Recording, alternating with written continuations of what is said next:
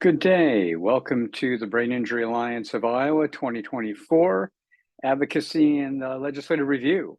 I'm Jeffrey Lauer, Chief Strategic Officer with the Brain Injury Alliance of Iowa. Today we're going to cover a little bit about what's afoot in the Iowa legislature relative to brain injury, broader disability impact, and a few other things that impact what's happening at the State House. And very soon, on February 14th, we will have an Advocacy Day at the Hill, Advocacy Day at the State House in Des Moines, Iowa. There's information about that on our website at www.biaia.org. Registration is available there, and we'll be meeting in mid-morning for that. There'll be an agenda up shortly. For more information, again, check out biaia.org.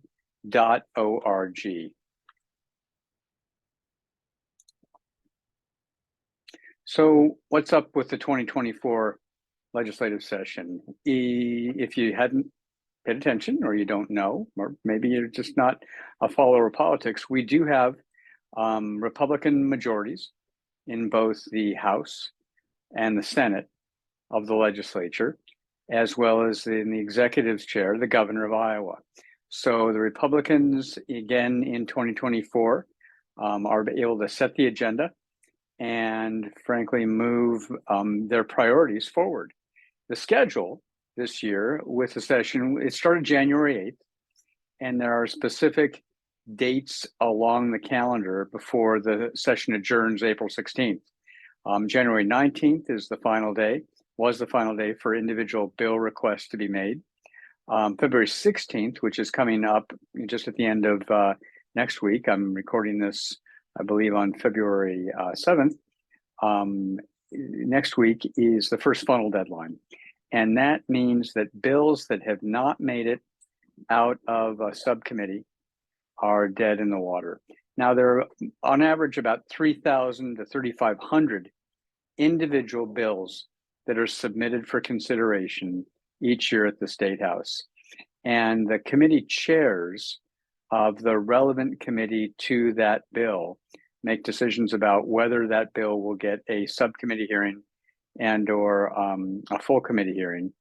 And again, each of those points are choke points for legislation. So of those 3,000 plus bills, quite a few, probably the majority of them, do not get past the funnel deadlines. And then on the 100th calendar day of the session, the legislature typically is looking to go home. Their per diem, meaning their daily expense rate, expires. And so any day that they stay after April 16th is on their own nickel. And they prefer not to have to deal with that.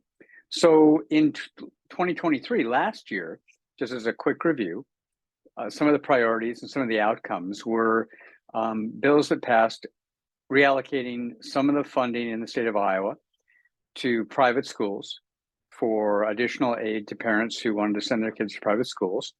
There was legislation that lowered property taxes, that placed restrictions on spending, and as a major impact in the landscape for the Brain Injury Alliance and our constituents, there was a successful effort to move forward a consolidation of the Iowa Department of Health and Human Services by merging within the Department of Human Services, the Departments of Health, Aging, and combining that into a larger Department of Health and Human Services.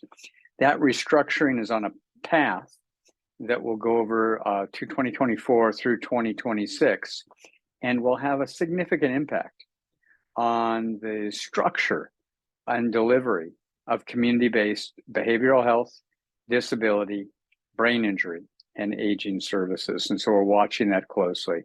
Also, the heads up came out from the Iowa Revenue Estimating Council Commission that there was a projected decline in Iowa revenue for the next 2 years. And that's primarily due to the legislature's passage of tax cuts from 2023 and before. And so looking at about a 2.1% over 2-year decline in revenue in the state of Iowa. Issues this year. Well, let me back up. What does that mean with revenue declining?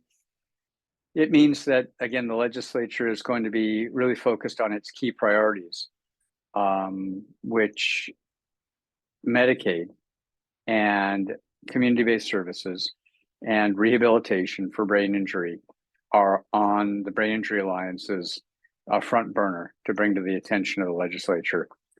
We've had some great successes in the past. We've got a rich constellation of services here in Iowa, and here are the bigger issues that are at hand this year, 2024. I mentioned there was a Department of Health and Human Services, that's DHHS acronym, Department of Health and Human Services redesign. That's going on. There is a major concern across most, if not all, disability services, and that has to do with finding staff out in Iowa communities that are willing to work for providers that contract with the state for health and human services, specifically and most pointedly, services within the home and community-based waivers, and in our case, the waiver for brain injury. So that is a big deal. We're bringing that to the attention of the legislature front and center, asking them to appropriate funding to be able to increase wages, to make them competitive, so that staff, direct service staff, are available to provide community-based services for people with brain injury and other disabilities. In addition, neuro-resource facilitation services, which are now provided across the country in more than 40 states, something similar to or called neuro-resource facilitation. And those services help people choose, get, and keep brain injury related services after discharge from acute or post-acute care after a traumatic or acquired brain injury. So a traumatic brain injury would be from accident or a situation where there's a force or a shock wave that goes to the brain, a car crash, a fall, getting hit by or against an object, perhaps sports related, and an acquired brain injury, which does include traumatic, but acquired brain injury also includes things that, for example, stroke from blood clots or brain hemorrhages, which are unfortunately on the increase as well. Survivability is also on the increase because of advances in medical technology. So what we're asking the legislature to do is to keep up with inflation, to say the very least. There haven't been increases in funding for the Brain Injury Services Program, a specific program that's funded within the Department of Health and Human Services. There hasn't been an increase for more than half a decade. And in addition, there's an increase in the referrals into the Brain Injury Service Program for Iowans with stroke. And so we're also asking for additional funding for an Iowa stroke patient care program in collaboration with the Department of Public Health, which is now in the Department of Health and Human Services. Kind of convoluted, but we're still focusing on funding for long-term services and supports for brain injury. Brain injury has been and is now seen well across the country as a chronic health condition for people who've had it. It's not a one and done. It's not, I have a brain injury and I've been healed. The majority of people who have issues following a brain injury have some component of lifelong change and need for not just one-time adaptation, not just one-time accommodation, but multiple sequences of support throughout their life. And that's what neuro-resource facilitation stands ready and does engage with thousands of Iowans and their families. In addition, the Medicaid brain injury waiver is under review. There is a focus right now in the Department of Health and Human Services about consolidating the different waivers, the different programs under Medicaid for community-based services for people into one kind of mega waiver and maybe two mega waivers. So that would be a focus on people not based on, for example, brain injury or HIV status or intellectual disability, but more on what's being looked at as functional needs. And that's not a bad thing, except for we want to make sure that the assessments that would be happening for people's functional needs are valid and reliable for brain injury. Many assessments around the country and assessments that were done in Iowa just a few years ago did not have a component that was able to fully and adequately assess people's cognitive capacity after brain injury. So we're going to be very robust, and this is not legislative, it's a policy issue with Health and Human Services about focusing on a valid brain injury assessment so that people can get the proper scope, intensity, and duration of services. Public health is a focus.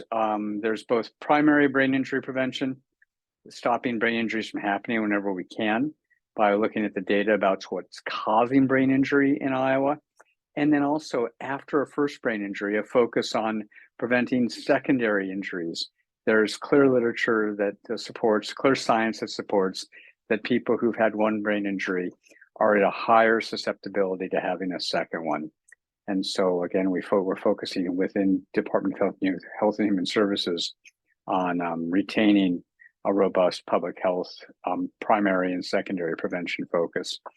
The legislature last year and this year continues to review the boards and commissions in the state of Iowa.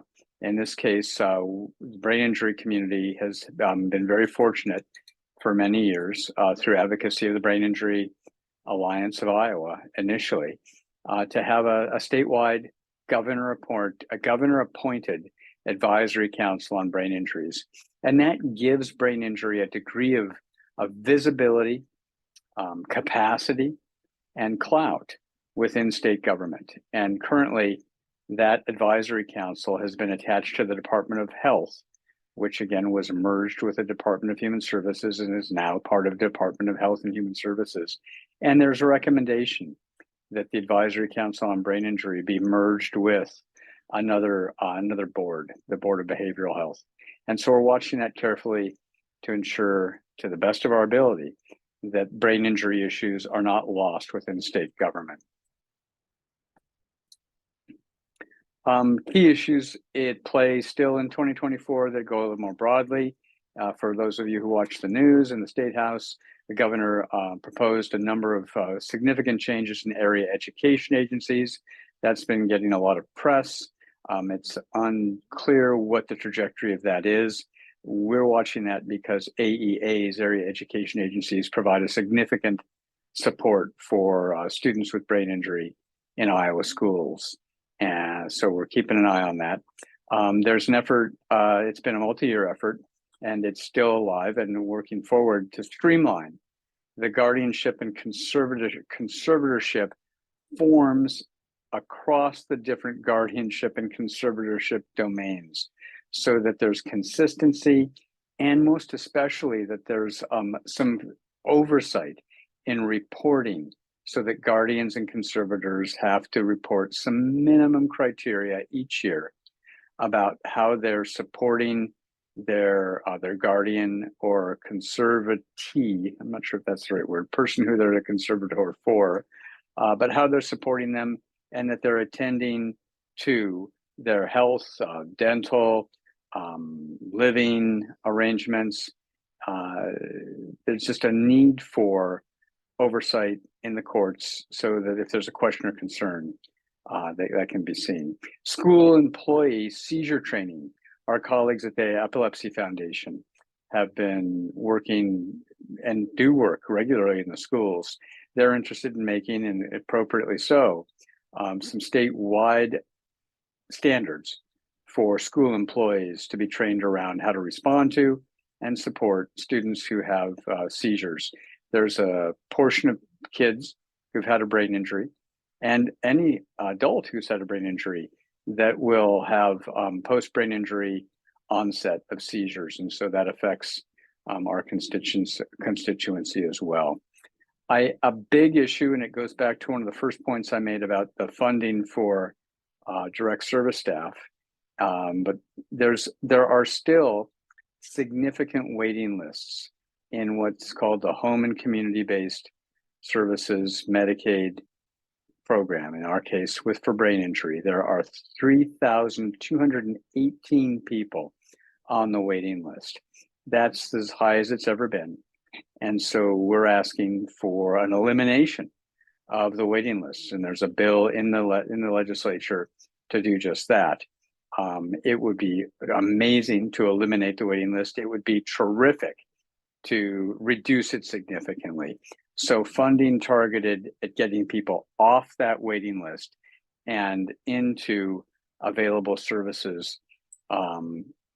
However, as I mentioned a little bit earlier, when I was talking about that first point, which is here, finding staff for services for HHS, there's a problem with providers not being able to recruit and retain staff because the wages for serving people with disabilities in these programs have now become lower than competitive introductory competitive wages in fast food and in other areas. And so people are taking other jobs, and we just don't have a workforce that's currently available, which has created functionally a shadow waiting list.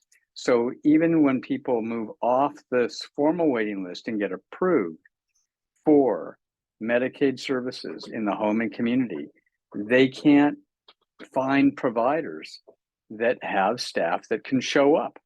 And so they're stuck. Even though they've got approval for services, there aren't services available.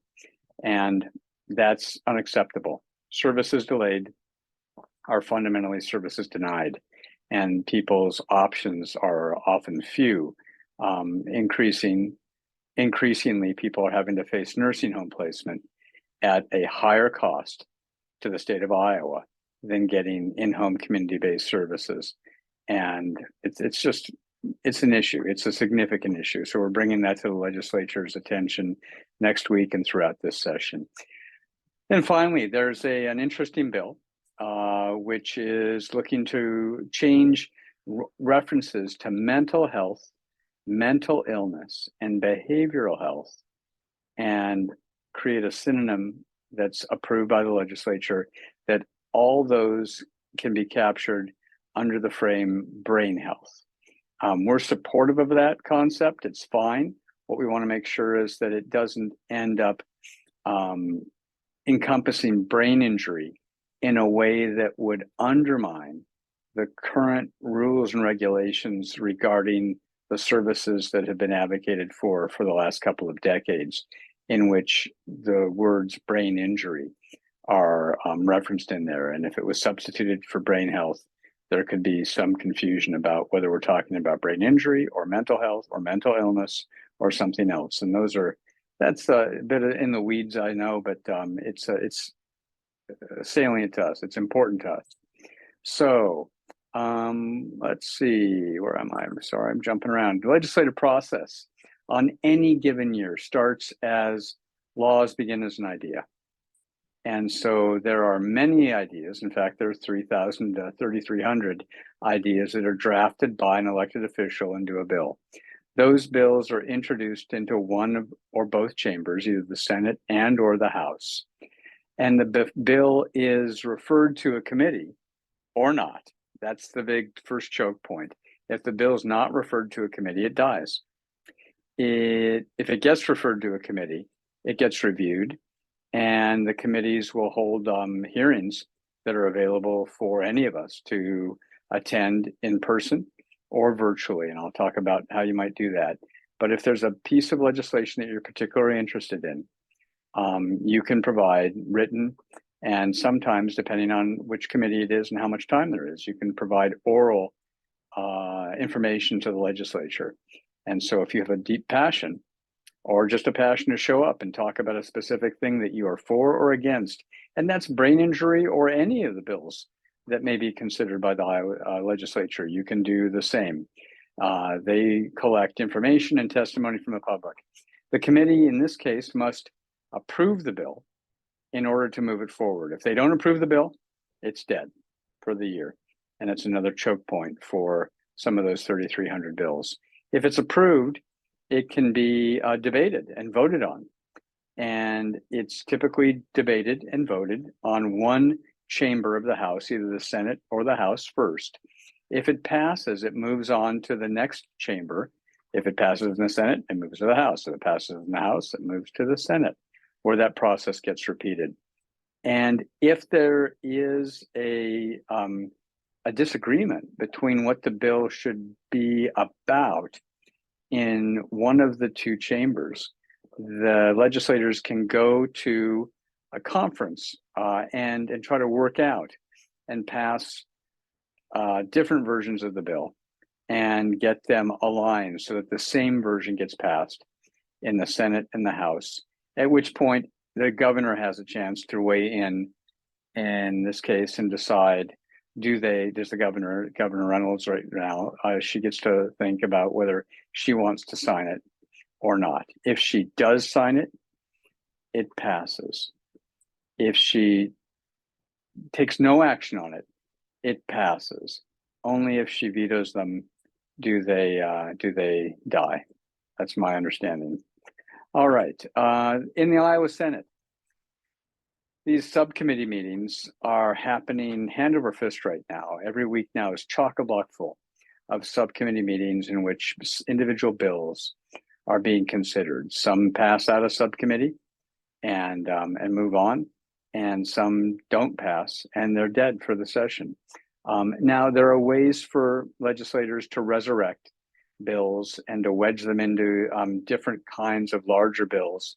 There are nuances to the legislative process which are still beyond most folks who haven't been in the State House for years, but there are ways around it. But most of the bills, if they haven't passed the subcommittee, will be dead.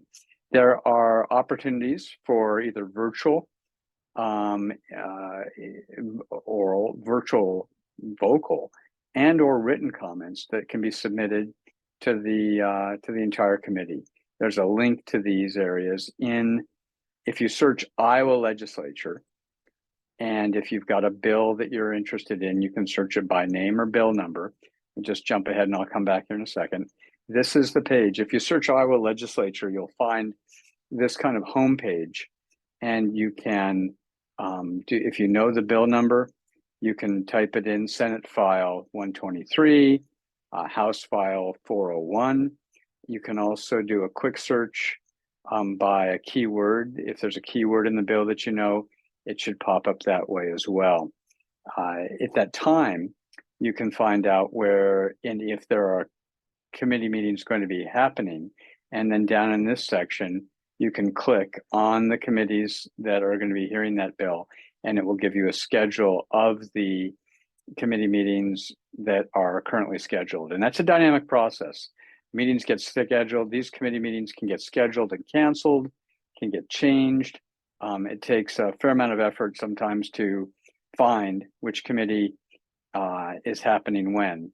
If you have specific questions about bills that are related to the brain injury constituency, you can email us at info@biaia.org, info@biaia.org, and we can try to keep you abreast of what's going on with a specific bill and when there may be a chance for you to engage a committee either in person or via the legislature. I think they use WebEx instead of Zoom, but there is a virtual platform that Iowans can connect into to attend and be present at meetings. And again, you can send in written testimony.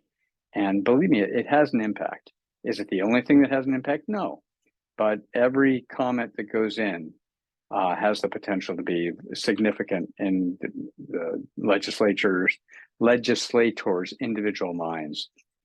Committees in the Senate can be held on the Senate floor. They are sometimes held in the lounge. They can be watched live or at a later time if you want to follow up. And it's the same instructions to find scheduled committee meetings as I just showed you in this document. So the House of Representatives, the other chamber, very similar. There are committee and subcommittee meetings open to the public, in person or virtually. There's often limited space for people who wish to attend in person, both in the Senate and in the House. In Iowa, written comments are the option in the House for people who participate virtually. So they are, as I understand it, they're not taking oral comments via the web during meetings, but you can submit your comments, your written comments, via a link to the entire subcommittee. And how do you do that? Well, again, you go back to the committee at hand by going and searching Iowa legislature, and you'll find the committees and or the bills and their committees by searching on this interface. So if you don't have access to the web, you're probably not watching this right now. But if you know somebody who wants to be informed and doesn't have access to the web, again, they can call us at our 800 number, which is on our website as well. I'll get that here in a second. Let's see, finding your legislators. Again, same page to find your legislators, searching Iowa legislature online using any of the browsers, Zoom, Chrome, Firefox, whatever. And you click on the legislators tab, and it'll ask you to enter your address, and it will give you your specific local legislators. In this case, to advocate, you got to communicate.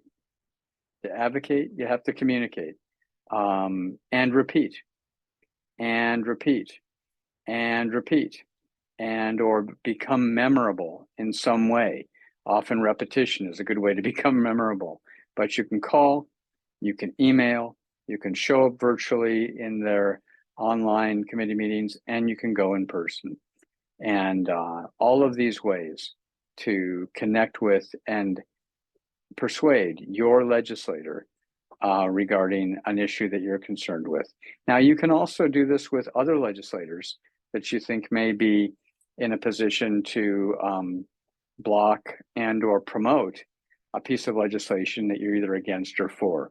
So in all these ways, you can share your priorities or BIA's, the Brain Injury Alliance of Iowa's legislative priorities. The key here is to offer yourself as a resource. You have a story, you have data that is relevant, lived experience. Most of you will have lived experience, or you'll know somebody because you're watching this webinar. You'll know somebody with lived experience, and you can use them as examples, either by name, or you can protect people's names and say, I have a family I go to in church or in my community that's having these challenges. And together we have made a huge difference in Iowa in BI services and supports over the last 25, 30 years by just doing this simple, annual, and regular effort, connecting with your legislator, communicating, repeating your story, asking for what you want, sharing your priorities, and offering yourself as a resource. And over time, legislators do hear people's stories through all the noise that they hear throughout the session and throughout the year, but you can escalate and get yourself heard.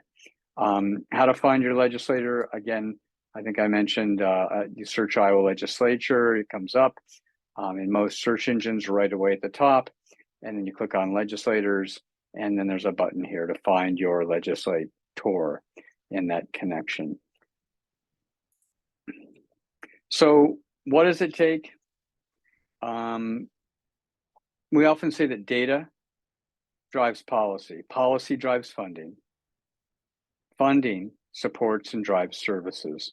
Services gives us more data about what's working and what's not working. And that data goes on in the loop to impact policy, funding, and more services. Now, when I say data, what comes to mind is numbers, statistics. That's not the only kind of data. That's what I call hard data, HARD data. It's important. It's important. And the Brain Injury Alliance brings hard data to the table for legislators, and you're welcome to use it. We'll have some of it available on our site in the next 48 hours in preparation for Hill Day. And as important, if not more important, is the heart data.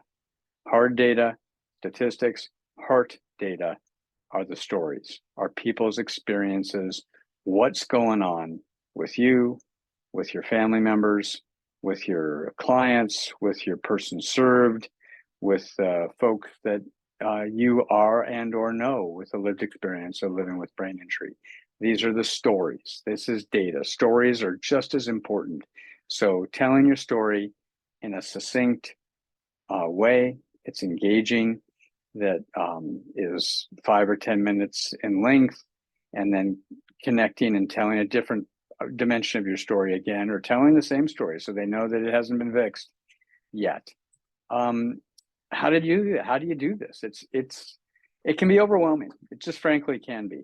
It's a big lift.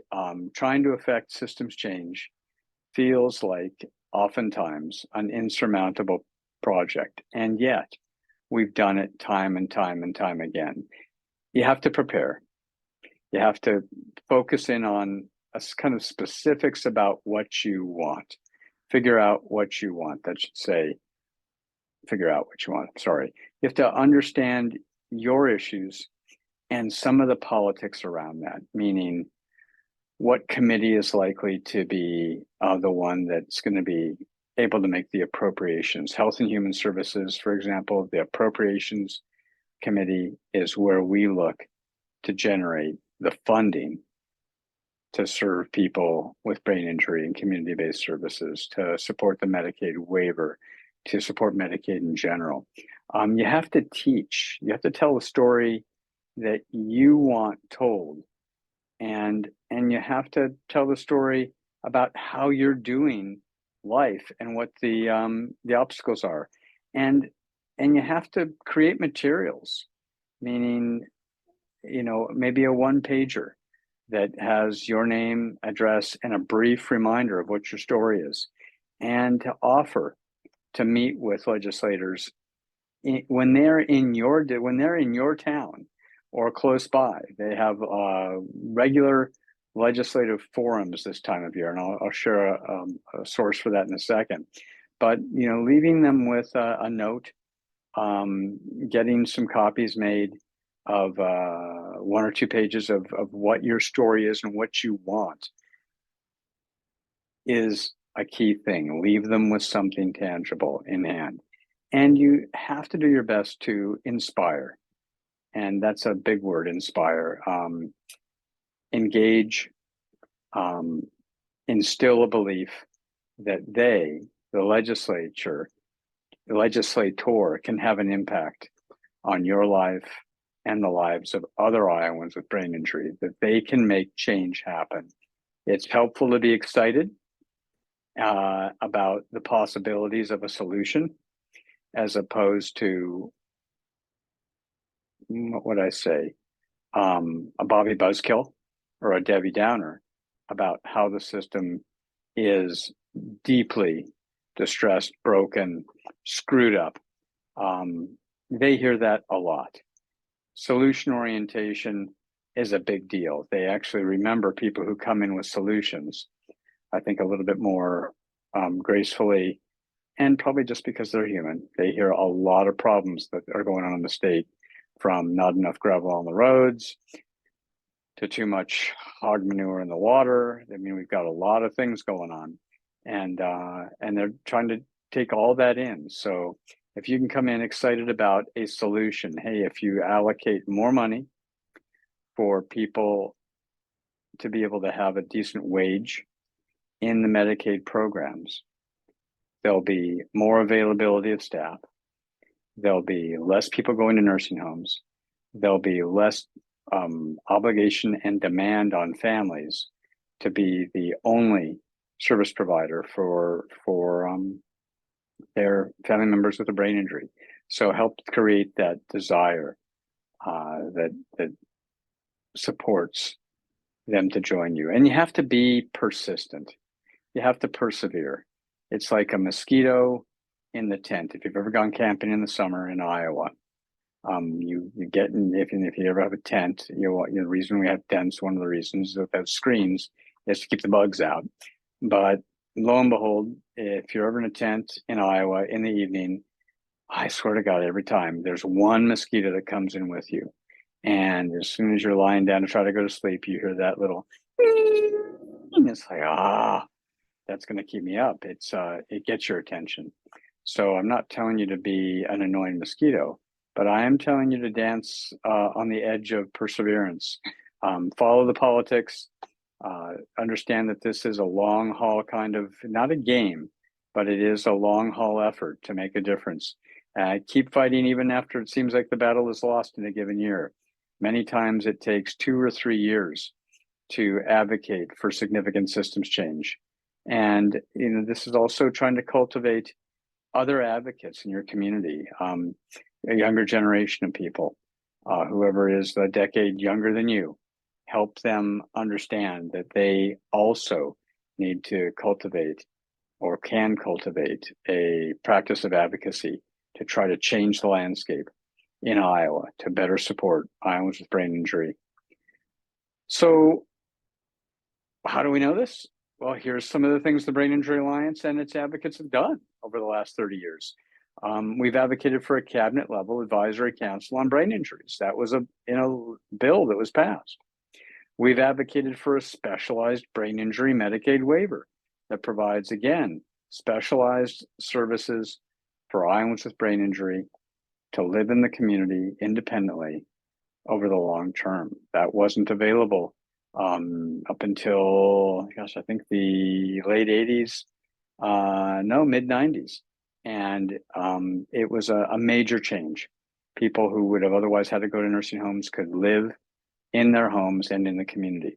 We've advocated for the use of a valid and reliable waiver assessment for Iowans with brain injury so that more people could get into and get appropriate scope, duration, and intensity of services to support them in the community. That's called the Mayo Portland Adaptability Inventory.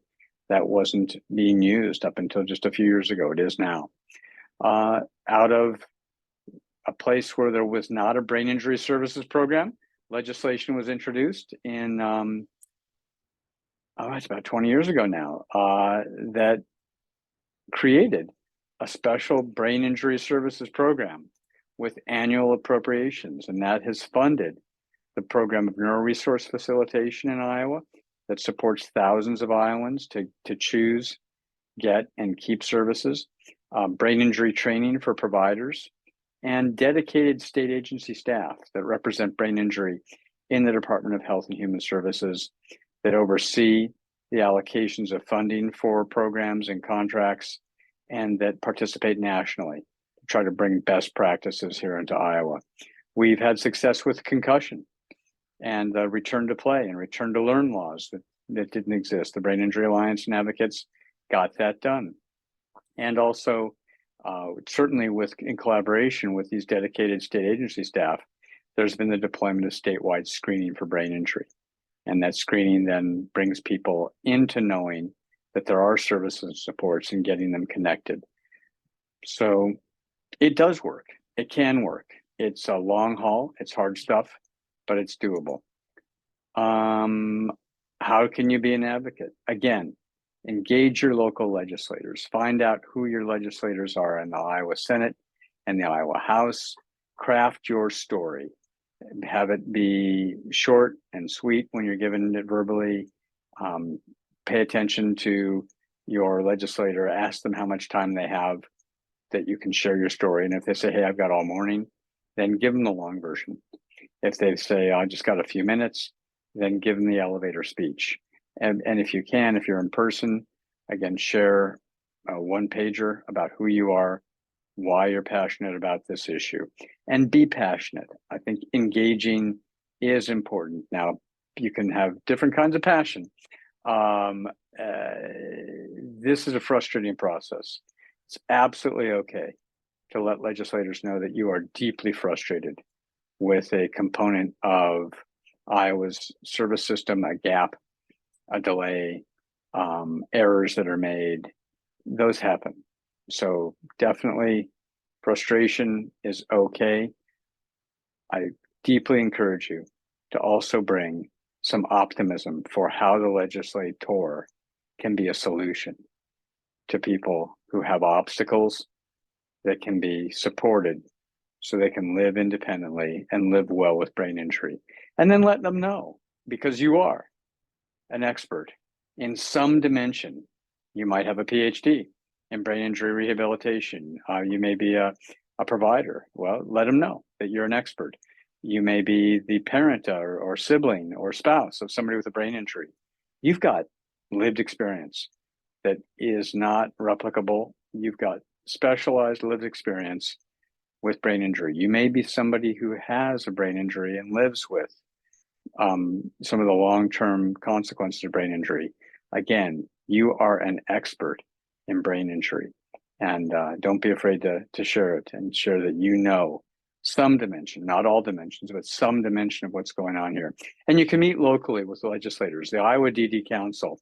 If you simply search Iowa DD Council or iowaddcouncil.org, they have a calendar of all upcoming forums where legislators are going to be in their home districts. You can show up. That's a great way to engage local legislators, your local legislators. You can meet them because they're going to be there. They usually commit to being there and they usually show up.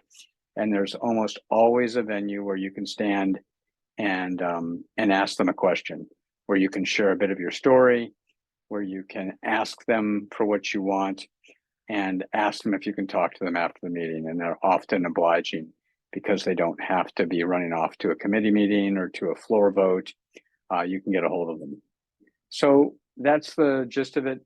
Thank you for tuning into this. And there's a lovely quote, forgive me, by Margaret Mead. Never doubt that a small group of thoughtful, committed citizens can change the world. In fact, it's the only thing that ever has.